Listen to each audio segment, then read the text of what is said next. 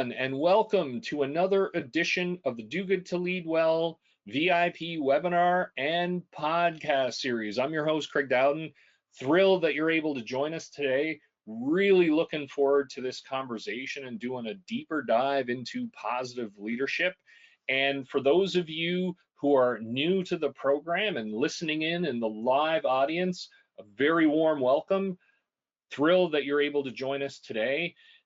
The genesis of this podcast came in advance of the publication of my first book, Do Good to Lead Well. And in my practice as an executive coach and keynote speaker, I have the profound privilege of speaking with, collaborating with top CEOs, best-selling authors, TED speakers. And what I wanted to do was open up that conversation to a broader community. And at the beginning of the pandemic, over 3 years ago, just continued to expand that. And so over the last year, which is incredible for us to think about, I've interviewed over 75 top CEOs, best-selling authors, and TED speakers who have kindly joined me on this program to talk about their leadership journey, their leadership philosophy, their insights, lessons learned, all of those great insights. And for those of you who are loyal listeners and have continued to support the program, a very heartfelt expression of gratitude. Because of your ongoing support, Do Good to Lead Well is now ranked in the top 0.5% of all podcasts globally, and receive some really exciting data from Spotify, which I'm going to be sharing in the coming weeks. And thank you again, your comments, your likes, your shares, your suggestions about how we can bring in the highest quality guests and the types of conversations you're interested in has really, we could not have done this without you. And a primary reason for the success of this podcast is because the amazing guests we've been able to attract through your support. And today I've been really excited about having this conversation as soon as this was booked in the calendar with Allison Simpson, who's the president and CEO of the Canadian Marketing Association, the CMA. She's held executive marketing roles and served as president of several marketing agencies throughout her career. She also has held executive roles and led brand, digital, loyalty, integrated marketing, and customer experience teams for top-tier brands, including Holt Renfrew, Rogers Communications, and TMX Group. Prior to joining the CMA, Allison was Chief Marketing Officer and Head of Consumer Business at Key, an innovative technology company that has developed the world's first all-digital, on-demand home ownership platform to make home ownership a reality for many. She's a director on several boards, including a not-for-profit and a publicly traded. She also serves on the advisory board for the Master of Management Analytics and Artificial Intelligence program at the Smith School of Business, and I could go on, yet welcome to the program, Allison. Greg, thank you so much, and congratulations on your incredible success. You've had an amazing first year of the podcast. I absolutely count myself as a loyal listener, so it's an absolute privilege to join me today. Well, thank you very much for your kind words, and I'm really excited to delve into our conversation today. And one of the things that I came across in terms of your background, your bio, you've ran in 63 marathons and a 6-day ultra across the Sahara. So we have to start there. I think there's so much richness around, especially I'm going, what am I going to do this weekend? What motivated you to not only start, just to accumulate so many marathons? And what are some really powerful lessons that you've gleaned from those experiences? It's a great place to start, and if you're smart, you won't be doing any of that this weekend. It can also sound like that's so virtuous. So I want to start by level setting to say the beginning of my first marathon had anything but virtuous starting point. I was actually out at an industry event with a couple of close friends. We were having a glass of wine and another glass of wine. They had both done marathons before, so with a few more glasses of wine, it started to sound like a really great idea. And they both knew me well enough to say, okay, well, if we can get Allison to shake on it, then she's going to be committed. So I shook on it. I was committed. I showed up at the office the next day and there was an Excel spreadsheet waiting for me on my desk. And I swear it was the most intimidating document I'd ever seen. So I'd run before, but like a 10K would have been the longest distance. And I'm looking at this 16-week training program and seeing that I'm going to be running like 60 kilometers a week. I'm going to be running a 30K kilometer twice before the race and thinking, what have I done? But thanks to the power of friendship, they trained with me all the way through it. We ran the first marathon in Toronto together, and I was absolutely hooked. So I did another one a couple months later. I figured if I'm going to train for a marathon, I might as well get 2 medals for one training cycle. So I planned a trip to Italy a few weeks after the Toronto Marathon and signed up for the Venice Marathon and did that. And then I discovered that, wow, running's fun. It's great therapy. I love to travel, so now I can combine those two things. And suddenly, 20 years and 63 marathons later, here I am. When I sort of step back from the origin story, though, like there are absolutely some really powerful connections from pushing myself physically and accomplishing something that I definitely didn't think I could do. It's obviously incredibly gratifying. It's also very freeing to see yourself, see that you can accomplish more than you ever thought possible, and you start to see more potential in yourself for sure. And doing something like that also gives you a fresh perspective and different ways to go about solving issues. So it certainly wasn't by design, but as I got hooked and more passionate about running, I really did have a lot of great life lessons. And then for the Sahara 6-day ultra marathon, that was a good friend in the industry calling. He had done one of these ultra races before. And so I was thinking about bringing together a group of marketers to raise money for the National Association, Benevolence Association for Canada, which is a charitable organization supporting the marketing profession. I'd actually been on the board before, so it was certainly a cause close to my heart. And when Stefan called and started to talk to me about this crazy idea, it was an instantaneous yes. And to be honest, I think it had to be an instantaneous yes, because if you actually thought through, so I'm going to train, I'm going to run 6 days in a row with no modern amenities. I'm not going to shower for those 6 days. I'm not going to have a toilet for those 6 days. I'm going to carry everything I need and pack, including the food, in a pack on my back. Like no rational person, when you think it through, would sign up for it. So the fact that it was a fairly spontaneous decision was absolutely the right way. And I mean, we could fill the whole podcast with all of the lessons I learned from that Sahara race, but it was a lifetime accomplishment and something that I absolutely will never regret having done. Wow. Well, and that's fantastic. And yes, I'm sure we'll cover multiple experiences that you've had. And I already have a question that's come in from the live audience. And for those of you who are joining live, Allison has kindly agreed to take questions. So this is a fabulous opportunity to connect with an extraordinarily accomplished chief executive and highly inspirational. So please type your questions in the chat. Kathy said, this is amazing. You've run so many marathons. I find it difficult to go after the goals that I really want, like my stretch goals. Any advice for how to get my mindset around how to put myself in the best position to do that? Great question. Yeah, it is a great question, Kathy. Thank you very much. So a few things.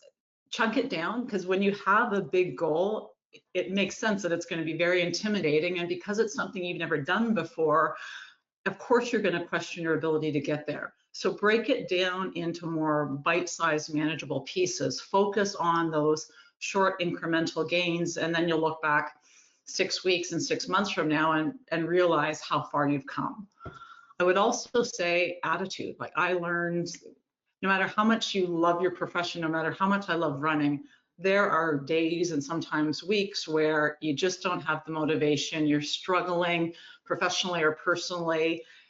And in those situations, looking at yourself and saying, okay, I can make this, the attitude I bring to this can either make this better or worse, and making sure you're looking at changing your attitude and trying to see the positive in it. And I'll use an example from some of my training. When you're training for a marathon, the Sahara was in October, so I had to train through really cold winters and really hot summers. And there were some really rough days where I just did not want to get out. when I reframe my point of view on it, it's like, okay, clearly running 6 days in the Sahara is not going to be easy. So let's consider this adversity training. If it's like pouring rain or -20, my ability to go out and run during those situations, I'm building, that's adversity training. So it took something that still kind of stunk, but at least it gave it more purpose. And then when I was actually looking at the bigger goal and outrunning the Sahara, I remembered back to those times and situations where I had done something I didn't want to do and accomplished it, and it gave me more confidence. Kathy, that was a really great question to kick things off, and hopefully I gave you some fodder for your own next goal. Well, and I love that, and thank you. And yes, I already have positive feedback on that very insightful answer. And I love the perspective around chunking it down, making it more manageable. I think that's so incredibly powerful. And this is one of the things I find I'm so grateful for hosting the program, because we recently had Nathan Furr on. So he's a professor at INSEAD and wrote the book, The Upside of Uncertainty. And I love that essentially it was a mirror image of what you're just talking about, Allison, in terms of the framing, a reframing. So the adversity training, you know, like, hey, I'm doing this and I'm pursuing something of value that's really going to make a difference. So I've got another question already from Tom saying, I love how you reframe that. Can you share secrets around, like, what was that mental process of deconstruction? Oh, that's a great question. I don't know that I have a great answer for it. So part of it is bringing curiosity and a willingness to test and try new things to it.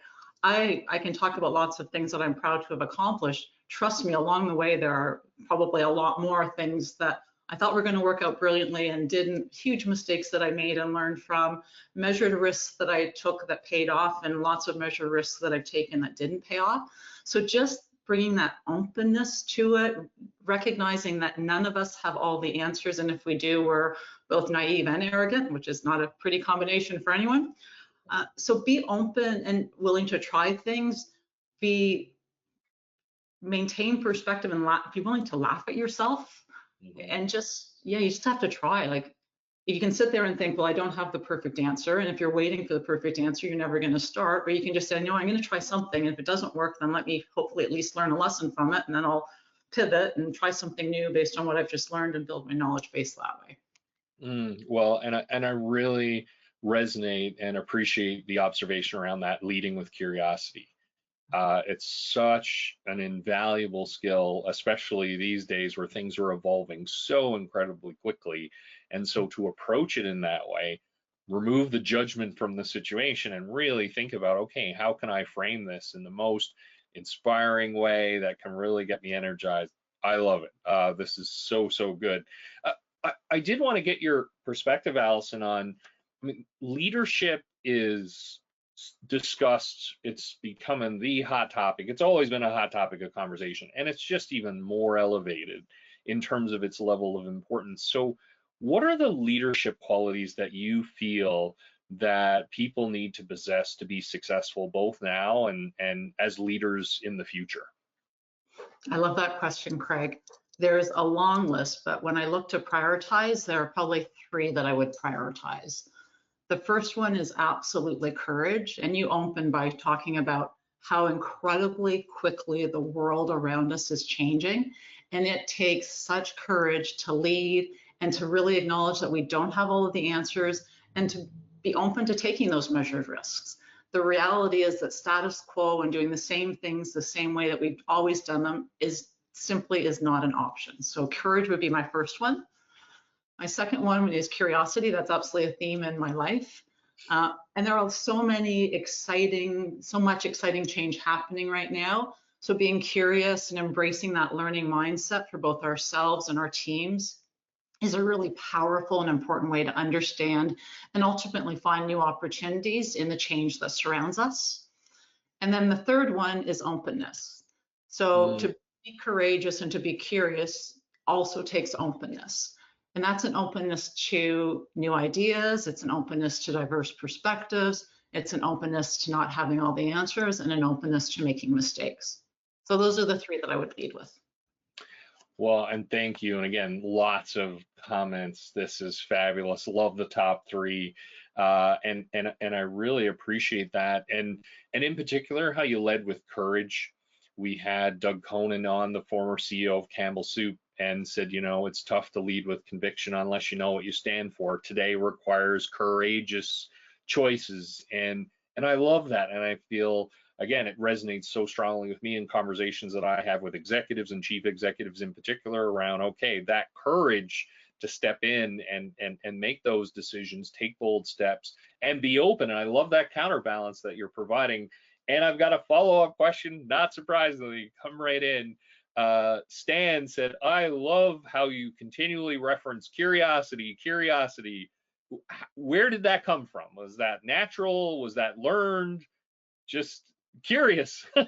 Curious, absolutely.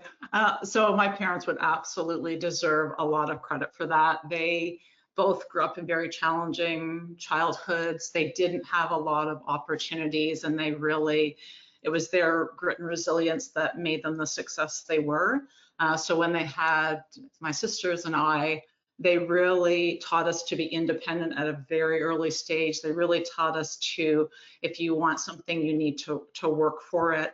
And they also taught us that not to bring any biases around the people that you meet, give everyone the full benefit of the doubt and assume whether you're at a restaurant and they're serving you or they have a big fancy title like CEO, no one is better than the other.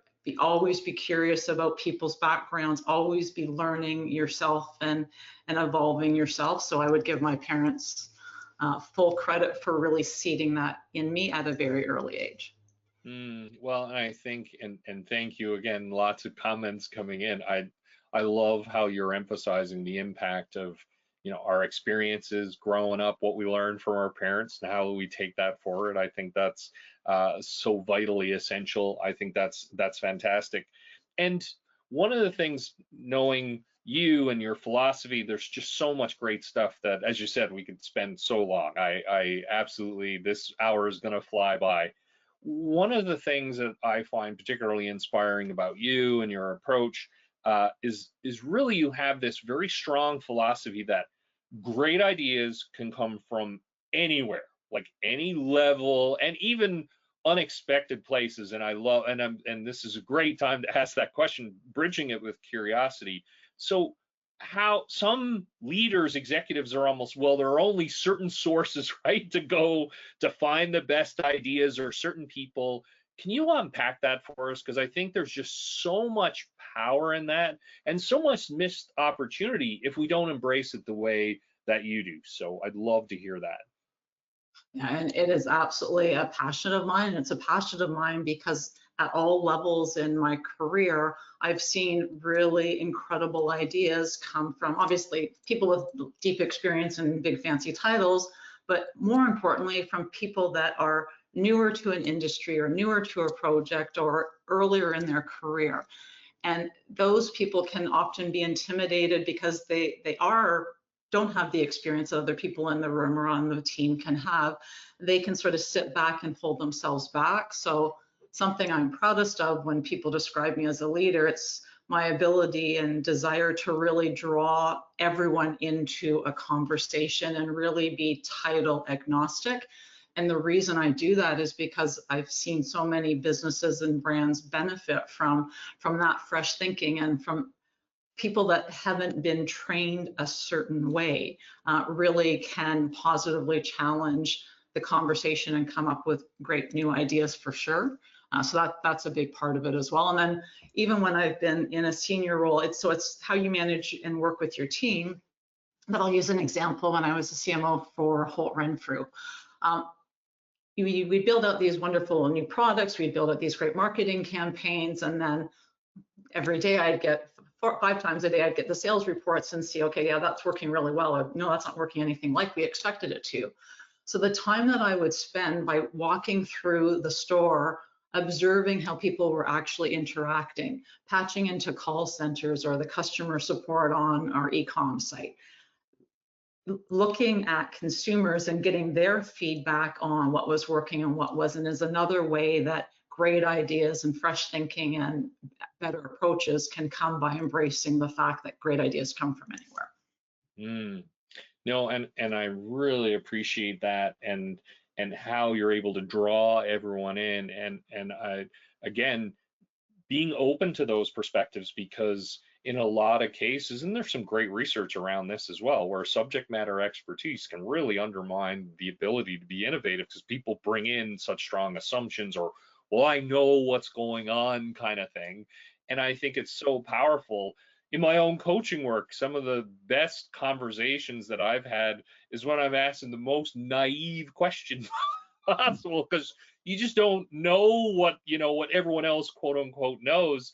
And I just love that philosophy, and I think it is so enriching, because we can just learn so much, and expand our thinking. And I've got another, this is just great, the questions keep coming in from Wendy, who wanted to go back to the statement of around I don't know. So, as like, it's amazing that you say that you will say that, and yet, just surprised, are you concerned people will react negatively to you saying I don't know? Would love to hear a little bit more around that practice. Well, part of the answer depends on the question that I'm asked. So if I'm asked a question where I probably should have the answer, then absolutely the person hearing that I don't know would be concerned, and rightly so. But I also think to be an authentic leader, you have to live to your values, and you also have to be realistic. Like I definitely do not have all of the answers. And if I don't have an answer, I'm not going to try to fake my way through it. So if I'm worried that the person I don't have the answer for is going to misinterpret that or be concerned by that, then what I will need to do is to say, I don't have the answer. Here are some initial thoughts around it.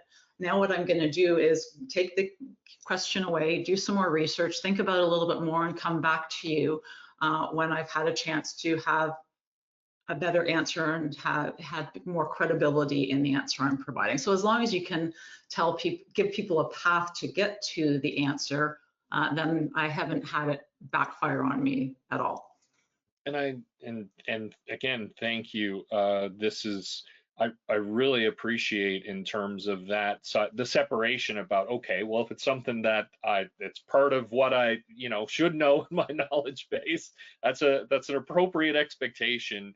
And I've got, oh, I love this comment. I'm going to read it, because they said, ooh, I love the script. I am adopting that today, about the I don't know, and then here's what I'm going to do, and I will get back to you. I think that's so powerful, because sometimes people hesitate around, okay, I'm just going to close that loop. And I love how, to build on this comment, that what you're doing is saying, hey, I don't know right now. Here's the action I'm going to take, and then I'll be able to follow up, which really just reassures the other person. All right, I've got this. I'm going to action it, and away to go. I think that's so, so powerful. Well, and there's two benefits. Like there's a benefit for me, because now I'm going to go and get learning I didn't have, and there's a benefit for them, hopefully, because if I'm assuming in that situation I'm more senior than them, if I'm comfortable saying I don't know and here's the path to get me to an answer, hopefully they'll be more comfortable saying, you know what, I don't have all the answers either, so let's go on this journey together. Well, and again, what's fantastic about what you're saying is that, to your point, so many people will just talk without, clearly they have no idea what they're talking about. They're just saying words and hoping that it sounds like something, and everybody is like, okay, no, no, no. And really powerful point. And again, this is for everybody listening, such a strong leadership practice and principle for each of us, is that people look to us for how to behave. And what more powerful model than to show that, to be open around that, and it inspires others to be more open. And there's a big emphasis on psychological safety and creating safe spaces for dialogue. Like, what an extraordinary practice to be able to unlock that. I would imagine, Allison, you see people respond in kind when you're doing that. Absolutely. I've got another question from Tim, who's wondering, how do you reconcile, or how do you balance the different roles? So you're the CEO of an organization, you're the CEO of a membership organization, and then you're interacting with the board. So there are lots of different, so how do you bring all of those things together? So throughout my career, I've always been attracted to complexity and matrixed organizations. I started in the agency world where I was working across multiple brands, multiple industries in any given week. And that variety really feeds me. So even when I went more corporate side, I was always attracted to businesses or opportunities that were more diverse or that were going through fundamental and significant change, because that diversity really does feed me. So when I look today at the marketing association that I'm so fortunate to lead, I've grown up in the marketing profession. I absolutely love it.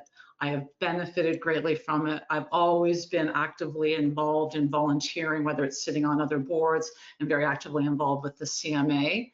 So when the recruiter called about the opportunity to come in and lead it, that was such an easy yes to say, I'm absolutely going to meet the board and find out more about this opportunity, because it's really given me an opportunity to give back to a profession I adore at a massive scale.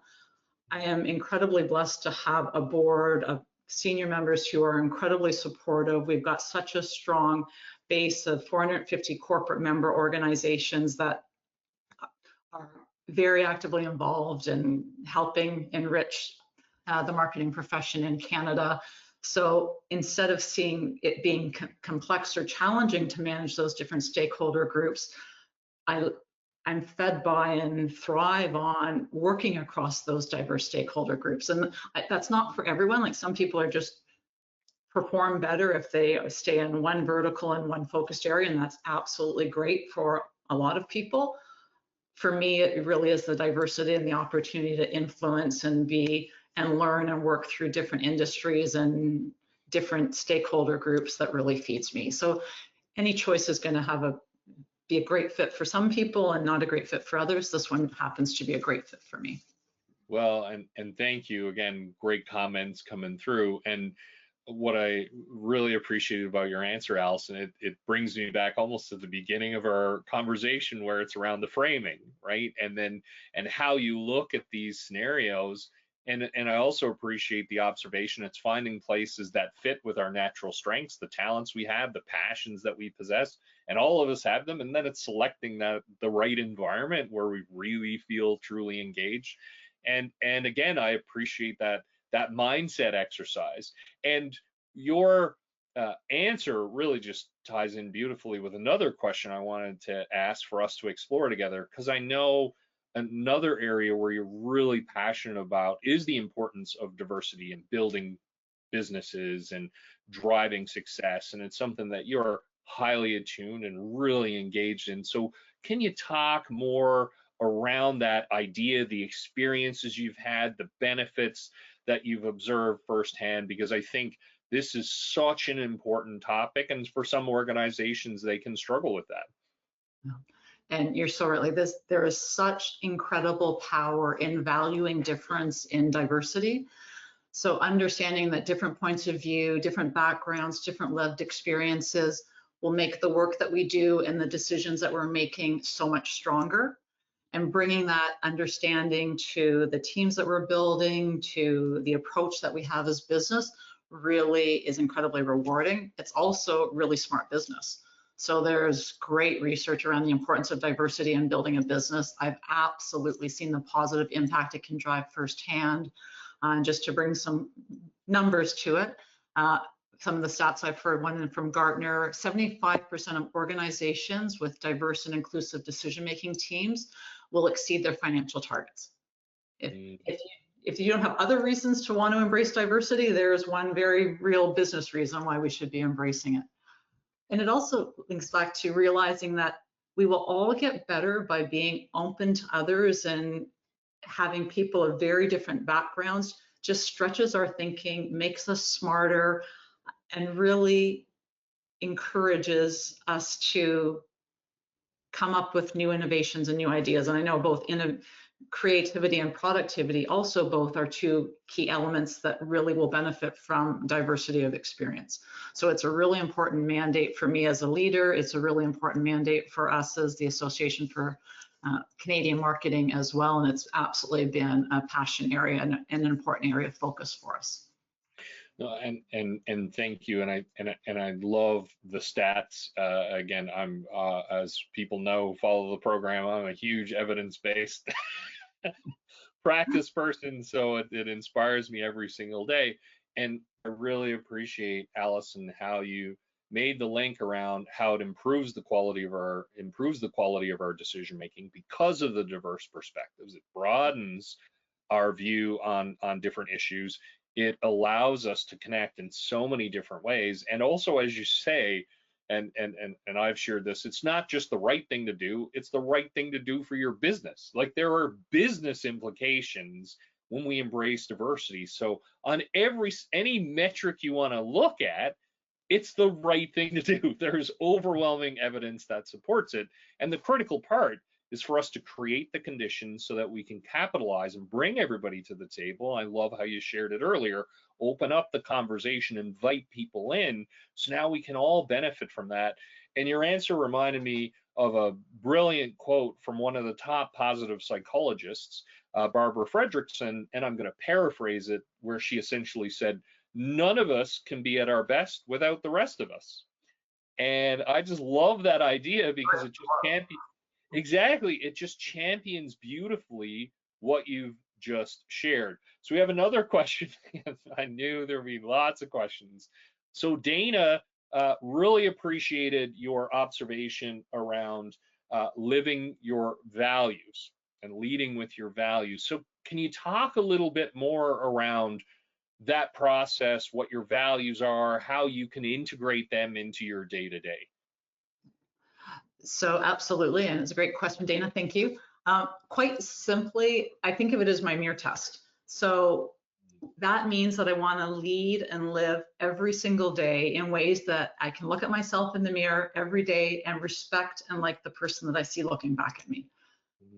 So I think all of us need to have flexibilities in our styles, because in every given day, every given week, we're going to be working with people of different backgrounds, of different points of view. So I've never been someone who believes that the world is black and white. In fact, I believe very much it's gray.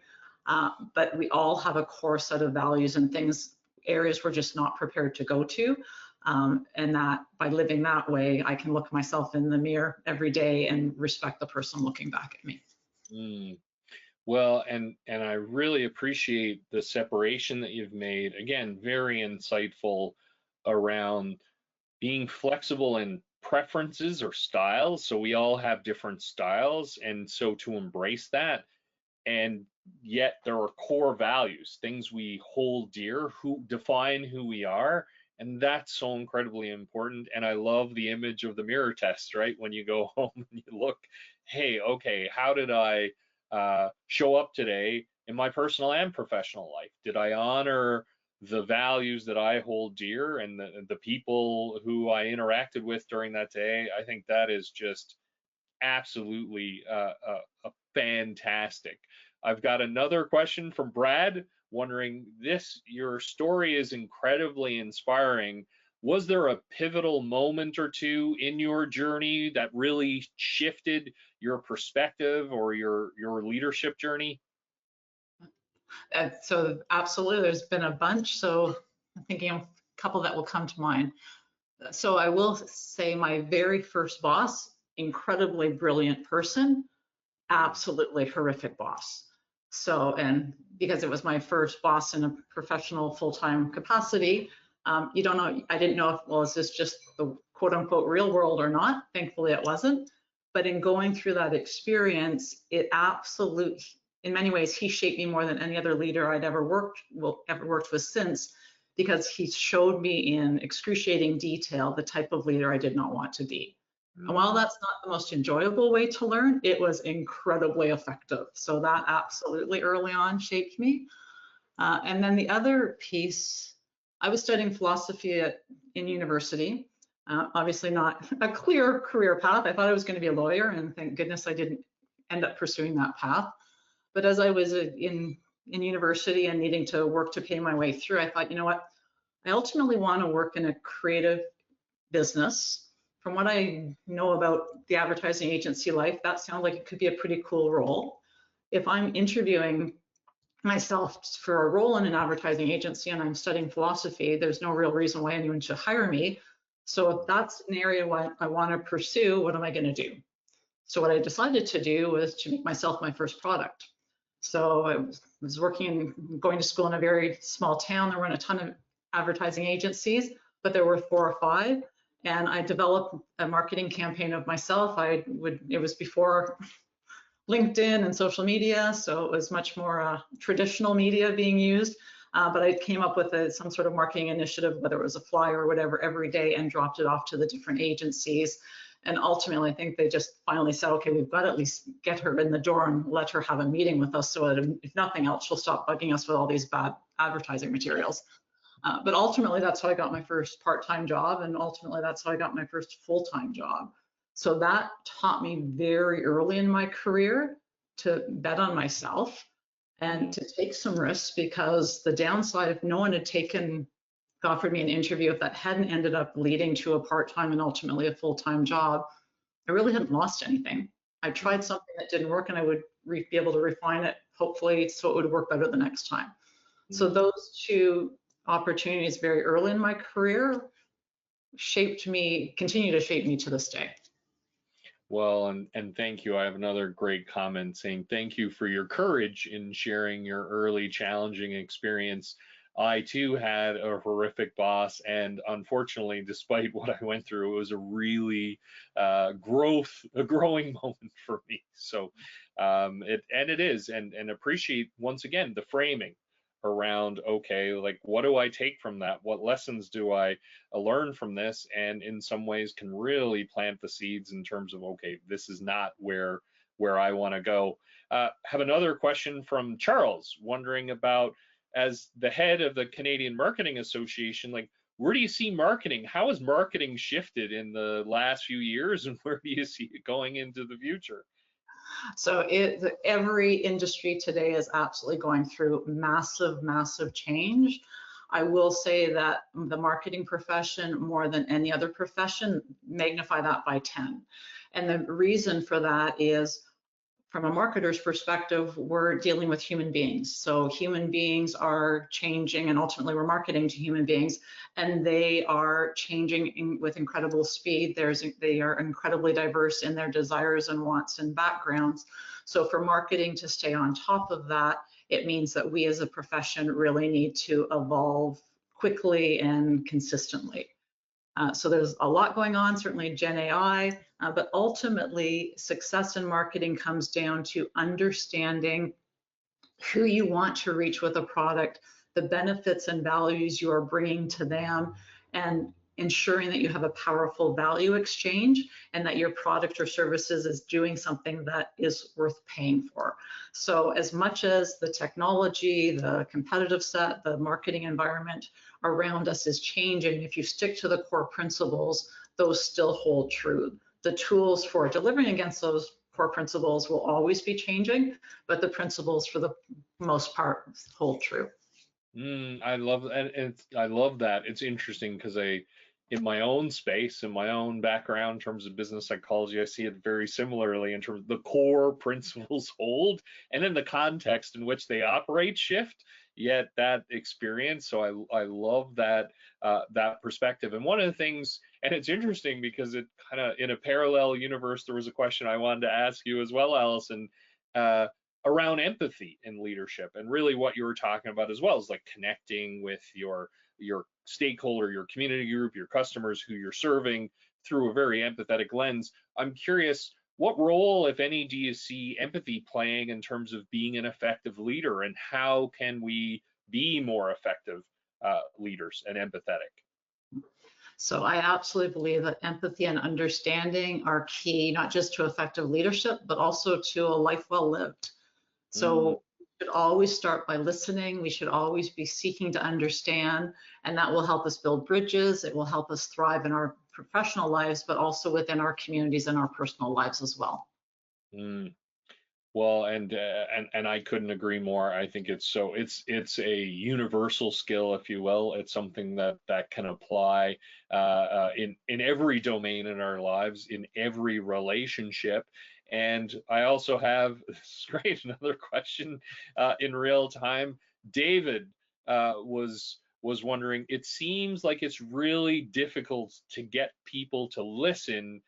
What are some key skills, practices that I can take on to be a better listener to others? I love that's great. Great Great question. question. That's a great question. I would say, David, the fact that you're asking the question, I would actually probably give you better credit for being a better listener than you're giving yourself credit for.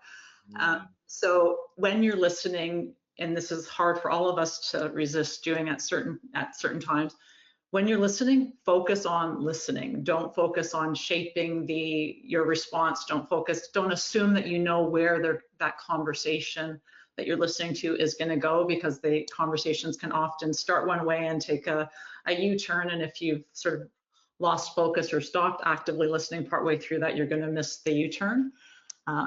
And yeah, just keep asking yourself, did I listen to what they said? How did I interpret it? If you have any concerns that maybe you missed something, then try playing it back to them to say, okay, so here's what I understand from what you said. I just want to make sure I caught everything. Is there any refinement to that? Is there anything I missed before we continue the conversation? Those check-ins can really help as well.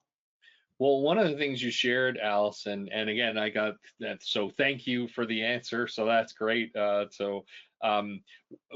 One of the things that you shared in your answer where you started, I think it's so great, where you acknowledge that self-observation of, gee, I wonder if I'm doing this well.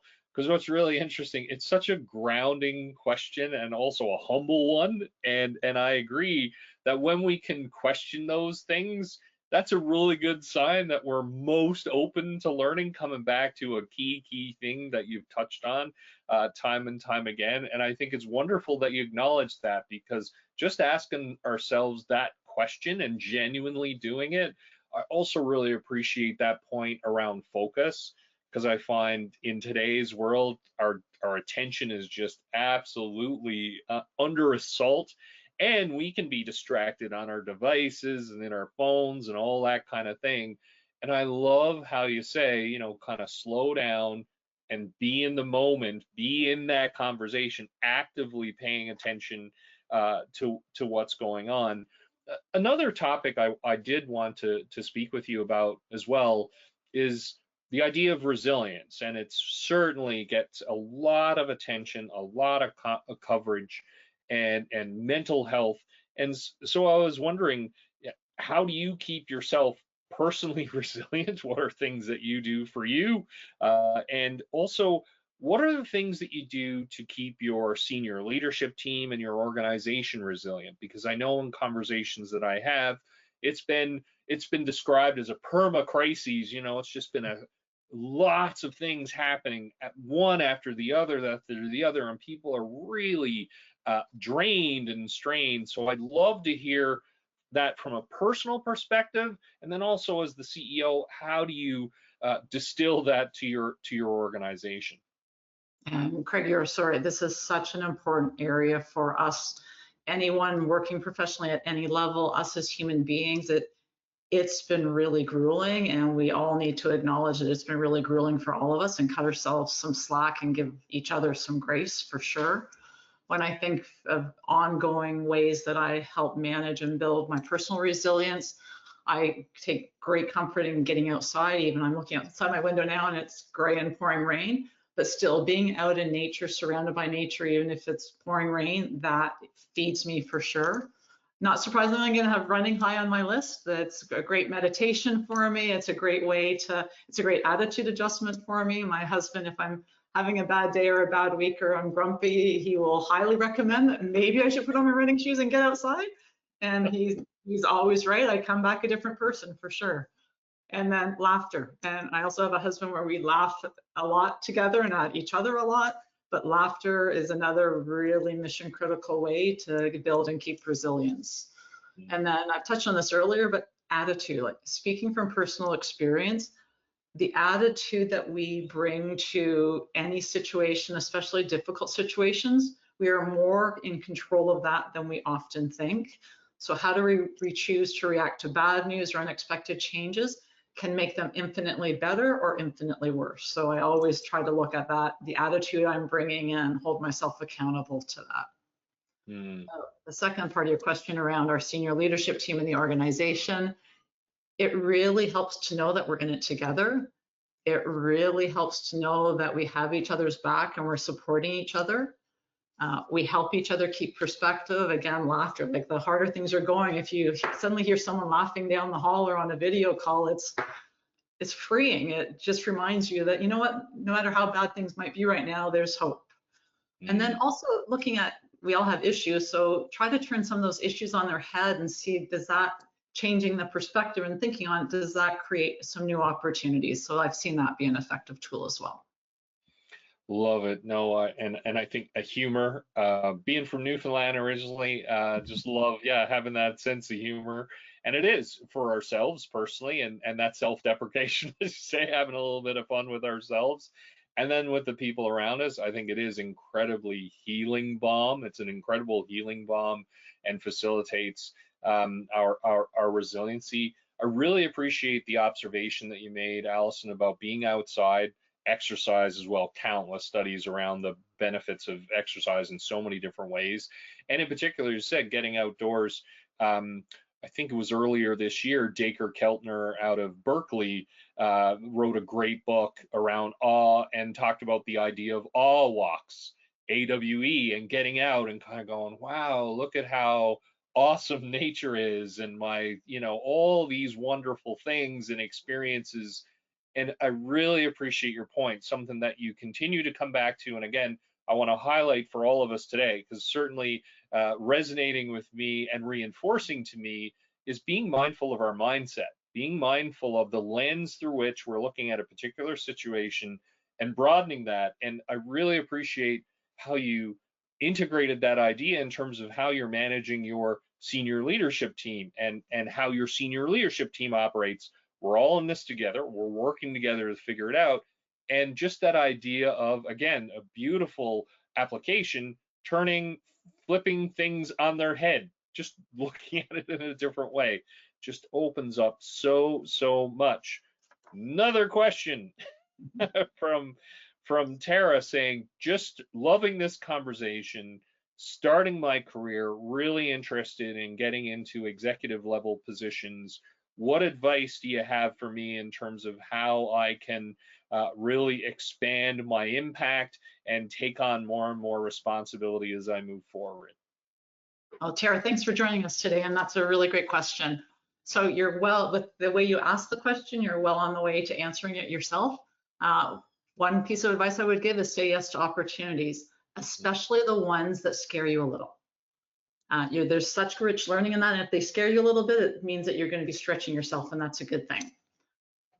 Know that you're going to make mistakes, and you're going to learn from them. Speak up and give yourself credit for, I don't care how junior you are or how in your career, how new you are to your current role, you are there for a reason. You absolutely have something to contribute. So speak up and give yourself the credit, and stay humble. And then a personal priority for me, really focus on shared success instead of individual glory. I think that's a key. You can lead and succeed a number of different ways. For me, it's always been around shared success and not around individual glory. So you'll have to think through the best approach for yourself. But the most gratifying way to win is to do it as part of a team. I love that personally. And again, lots of great comments here. Thank you. Fantastic advice. And really appreciate your emphasis, Allison, on that shared perspective, working together, sharing successes together is just such a wonderful philosophy, and it supports everybody. It's something that is beneficial for all parties involved. I've got another follow-up question, which is great. They're making our job easy for us, aren't they? It is, yeah. That's why I said, when we were signing on just before, very active group who will jump in. So this is great. Francine, really liked your observation about scaring you a little. And you've touched on risk and managed risk. Like how can I decide which ones are scaring me a little too much too little risk, too much? Like, what's the any further insight here around how to manage those risks? Yeah, another really great question. So there are definitely levels of being scared. So you need to dig under and say, what is it about that opportunity that's scaring you? If you feel that I can do 70% of it and not 30% of it, then I would say jump. If you feel that you can do 30% of it but not 70% of it, then I'd say probably do a little bit more due diligence, because you don't want to put yourself into a situation where you're not set up for success. And if you feel that maybe you don't have enough experience currently for that role, continue the conversation and be very transparent with the person who's talking to you about the opportunity and say, here's what I'm worried about, here's what I know and how I think I can deliver on this, here are the areas I'm not sure about, and they can help you understand that maybe some of the areas you don't yet have experience in, maybe they're not as important, or maybe they will offer to support you through that. So you're making a very conscious decision about how much risk you're taking on. That would be where I would start, but I'm sure there's lots of other better answers to that question too. I think that was fantastic. And several people have commented on that. And I love, once again, how you've broken that down and really provided almost the decision matrix around it, that, okay, if I'm 70% of the way there, go for it. Like, embrace it, take it on.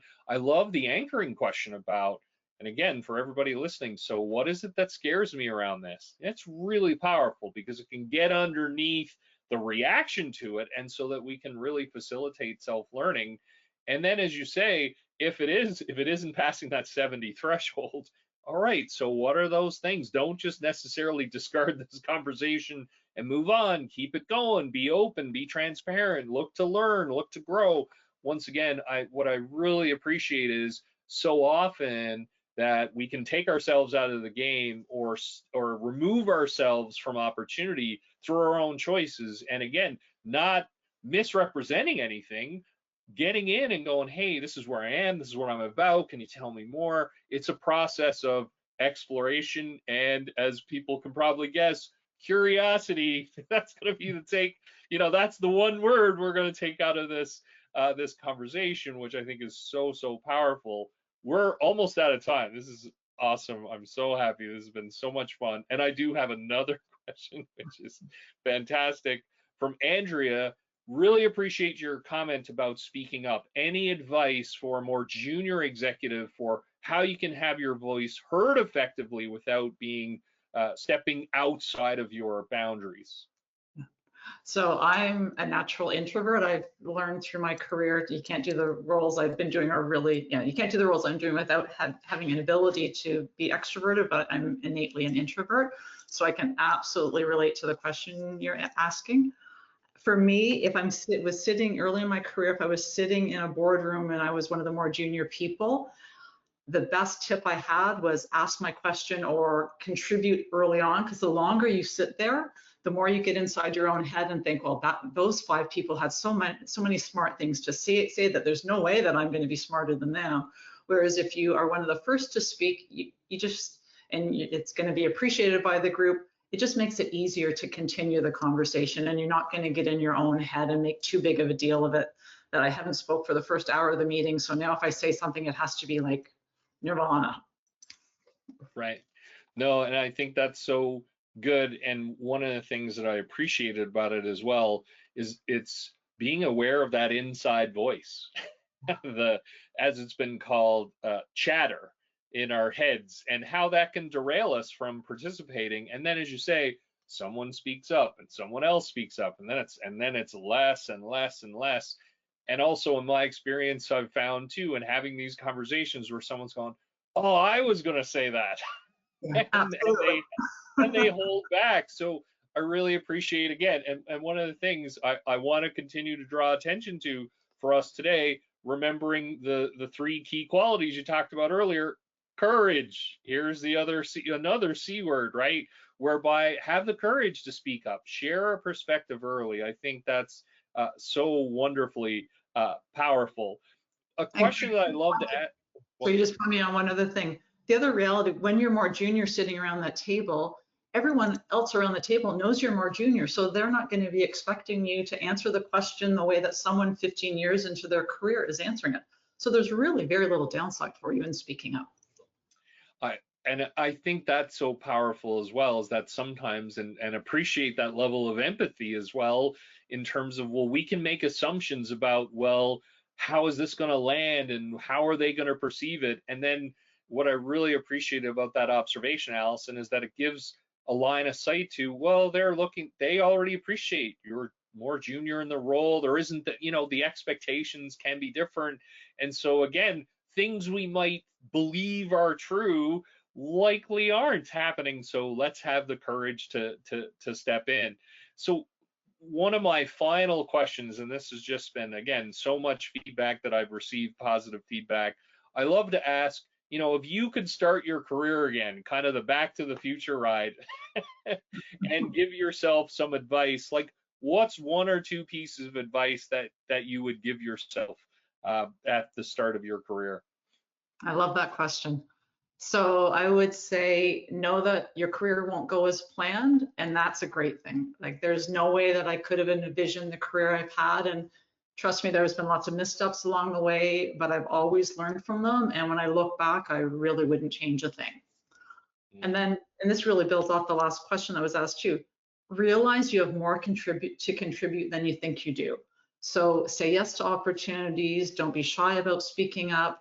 And then the third piece I would say is, don't be so focused on the next goal that you forget to enjoy the journey. And that's something that early in my career, I was so focused on what's next, what's next, what's next.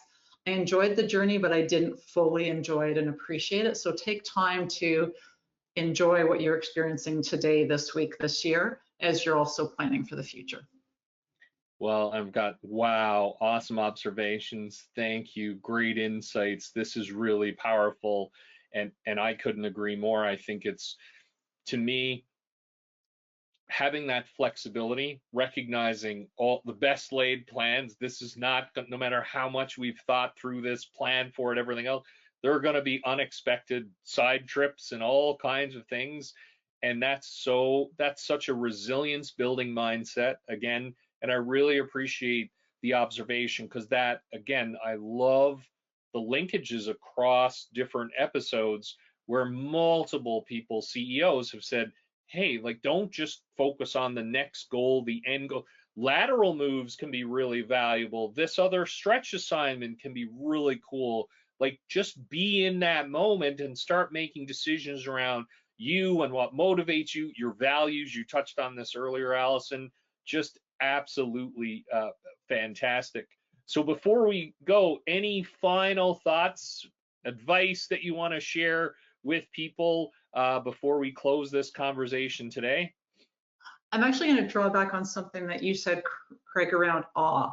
When I go out for my morning runs, I always have my phone camera with me, and I pay attention, and as much to distract myself from the runs, I pay attention to where I'm running through, and I see beauty in the day, even on a gray, rainy day like today. When you're looking for it, you can find the beauty. Now, I use it as an excuse to stop and take a photo so that I can have a breather in my run, but it also is my daily reminder that no matter what's going on in our life, in our world, if you look for beauty and small moments of joy, you can absolutely find them. Well, what an awesome quote to end on, mic drop there. And I couldn't agree more with you as well. And I think that's so important for each of us to reflect on, considering how the pace of our lives just continues to increase, and we can get caught up in so many different things. And I love how you're challenging each of us, and challenge accepted on my end as well, that take that moment to step back and experience that awe, sense of gratitude, and let that register, because it's so vitally important and it's within our control.